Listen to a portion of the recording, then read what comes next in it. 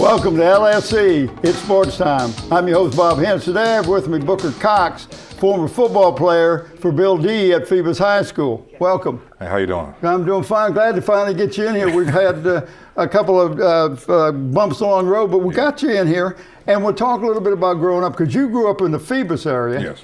And but you didn't play any organized sports for a long time. No, You're always big for your size. Yeah, I was. Yeah, my mama say that. You ate good at home too, didn't you? Yeah, I sure did. Okay. Well, growing up in Phoebus during that time, you probably got to know that there were sports going on, and you just didn't get organized. But then you went to Phoebus as a ninth grader, not only play football, but as a wrestler. Yes. And as a ninth grader, how tall were you? I was 6'3", 6'4", somewhere in there. 185. Yes. So you were unlimited in wrestling. How did you like wrestling? Was that it? Was all right until I met Inconvenience that year. You know. Oh no! We were talking about Inconvenience earlier. Which one? Creighton? You're the one who played for NEC, North Carolina? Yeah. Yeah, that's Creighton. Yeah. Because he had another brother, Miguel. Yeah. He's a big guy. Yeah, him, Kilpatrick from Mitchellville, they were the dominant wrestlers at the time. Right. And you were just a ninth grader. Yes. And but you were learning, and your coach was who? Coach TJ. TJ, right. Now, and then you played football. Yes. And of course, you're going to be on the line. Yeah. I figured you are. You go play offensive, defensive line. Yes. So, and who was your coach then? Bill D. Bill D. I was there when Bill D first got there in '85, and he started teaching us then. Right. And he had to take the group that were upperclassmen and convince them that they could win. Correct. At Phoebus. You come in, had never played before, so you had to learn too at the same time that they did. I was in the same boat. Right. So now your freshman year, how did you guys do? My freshman year, 9-1? 8-2. 8-2. Yeah, I believe it was 8-2. My freshman year. Okay, and that was a pretty big turnaround for Phoebus at that time. Yes. So did you get caught up in all the excitement that this was going to be a good coach and we can have some good teams? Yeah, I mean, Coach D had us believe in each other and stuff, and once we started community as a group, you know, it worked out for us and stuff. Then next thing you know, we got brothers, you know, out on the field, and once we started doing that, we started believing in each other. And now, did he also institute a good weight program for you guys back then? Yes, he did. Weight, studied programs and stuff. That's when he started introducing it back then. Right. Make sure you got your studies done and everything. That was really good. Then as a sophomore, you guys tied the district with Hampton. Yes. Your nemesis. Yeah. Yes, they are. But who was your line coach? Did Bill do the line then? No, Bill D. He dealt with the backs and stuff. Oh, we had Coach Newsom there, Kurt Newsom there. Yeah. Now Kurt was first, and a lot of people didn't realize that he played at Phoebus. Yes. And then came back and coached there before he became a coach at Kecoughtan High School. Yes. So you got to know two good coaches, and not only Bill D. but Coach Newsom too. And then you lost your junior year. You lost in the semifinals. Yeah, semifinals. Because if you'd won that, you'd gone on to the state. Yeah, yes, we would have. Cortland. Can you remember that game? Yes, I do. We lost in double overtime. It was 21-22, and we was going for a field goal, and that's when we lost. Then we lost to Cortland. Cortland went to win the state that year. And they beat you guys and won the state that year. Yes, they did. So you felt like, man, we should have been the first team. That should have been us. Yeah, we should have been the first team. Right. And, wow. And then in your senior year, you made it to the regionals and got beat by... We played Kecoughtan. Was Newsom over there then? Yes, Newsom was there then. Okay. Yeah. So now during this time, you also played against and graduated at the same time a guy from Hampton High, Eric Hunter. Yes. And you told me, you said, "Oh my God, I was proud to Eric Hunter all the time." He was a heck of an athlete. He was. I mean, he's tall, lanky, and for him to be so tall, like I said, he can move. Right. You know, and he had an arm on him too, though. And he really did. He could really throw the ball. You're right there. Now, while you're doing all this, I'm imagining that you are getting better at your position. You're learning techniques and movement. Did you ever have to pull? Yeah, we had some plays where I pulled, and I had a guy named Mike Artis used to run behind me, and he used to love Mike Artis. Yeah. Yeah. He used to love when he used to run behind me. And hide behind you. Yeah, we used to have a play called the 41 Zap and 40 Zap, and they used to bust some nice plays for us on the run with him running it. Who was the quarterback? Who were some of your teammates back then? My freshman year was David Presley was the quarterback, and we had a Jeff Holloman and Chris Witz when I finished up.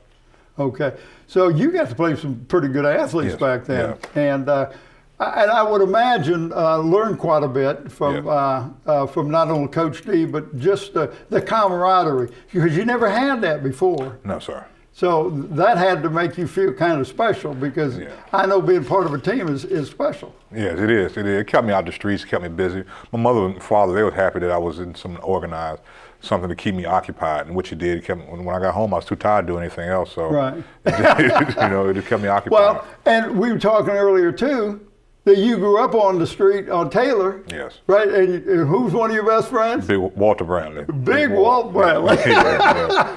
Me and him been friends since we were little kids. I mean, we was about 10, 11, we've been friends ever since then. Well, he doesn't cut your hair, does he? No, I remember the time he did cut my hair with a mohawk. My mom made me cut it back off. My first, backroom haircut. Yeah. Yeah. Oh, yeah, because he was telling about doing it back in the back room. Yeah. And getting hair all over his mom's laundry. And some of the hair was mine. So, but now you guys started something with Bill D at Phoebus High School, and you've seen what it has evolved into. They won 4 state championships in a row, and they had some tremendous. How does that make you feel, and how did you feel like that you started setting the trend? We did. We used to call it smash mouth football back then, and we had some truly Vikings on the team that would smash in the mouth, like some Terry Moore, Jerry Moore, Ronnie Brown. I mean, we had some Petey Whitfield. I mean, some guys that would smack you dead in the mouth. I mean, and they just took it now and just finessed it now. They're more technique-wise and everything now. They just took it to a whole different level now. Right, but you can now look back and say, I was part of the beginning of that. Oh, I do. I let them know that, some of the guys. Well, good for you. Because I know that, there's a bragging right somewhere along the line, and just hanging around. I don't know if you go down to Big Wall's Barbershop, but we went down there and did a program down there, and it was great. And he brought his mom and dad in there. Of course, his mom didn't want to be on TV, but we got a shot of her anyway. But I thought that was really good. I didn't know that you were good friends with him. That's great.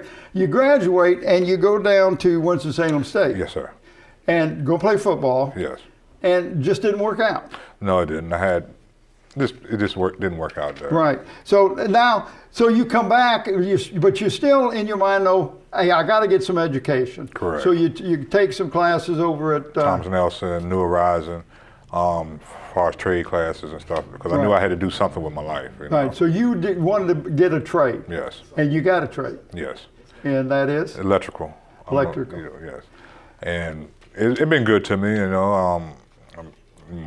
Got blessed with a wife and 2 daughters and 4 grandchildren. I mean, wow. Yeah, that's great. And everybody's doing good. All right. So, but your job, you're over at the Naval Weapons Station. Yes. Right now, I'm going to start a job at Norfolk Naval Weapons Station over there, and I'll be over there probably a year and a half to maybe 2 at the most.